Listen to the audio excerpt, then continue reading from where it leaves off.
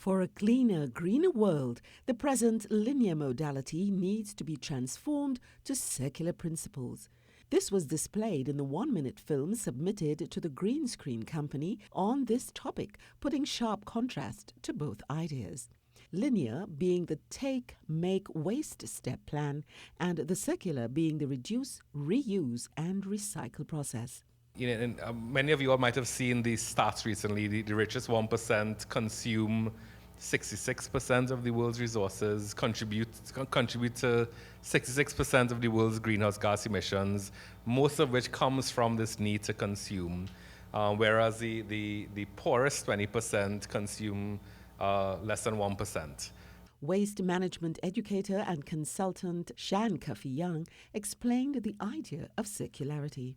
When we talk circular economy, we're talking about reduction, we're talking about reuse, we're talking about repurposing, but we're also talking about creating a network of resources.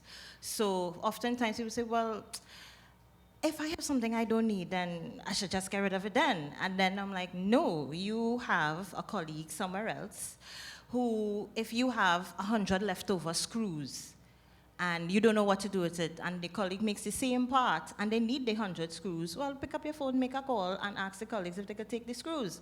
Ms. Young said taking hold of this responsibility and transforming the world into a greener space means that businesses have to take into account the cost of disposal versus the cost of reuse.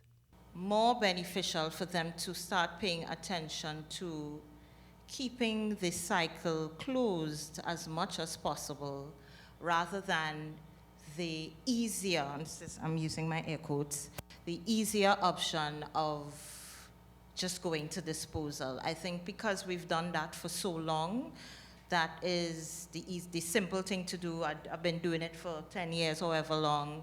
It takes a little more creativity, it takes a little more thought to say, okay, how can I keep this in the process? And it goes back to things like extended producer responsibility. In essence, moving to a well-functioning circular economy depends on businesses choosing sustainable products, while we as consumers are being asked to shift our thinking to using things longer, repairing them, or even taking them to a second-hand shop. Marie-Therese Bernard, TTT News.